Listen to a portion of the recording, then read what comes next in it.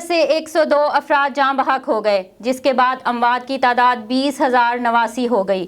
پاکستان میں کرونا کے تصدیق شدہ کیسز کی تعداد 8,93,461 ہو گئی۔ National command and operation centre کے تازہ ترین اعداد و شمار کے مطابق گزشتہ 24 گھنٹوں کے دوران 3,070 نئے کیسز رپورٹ ہوئے۔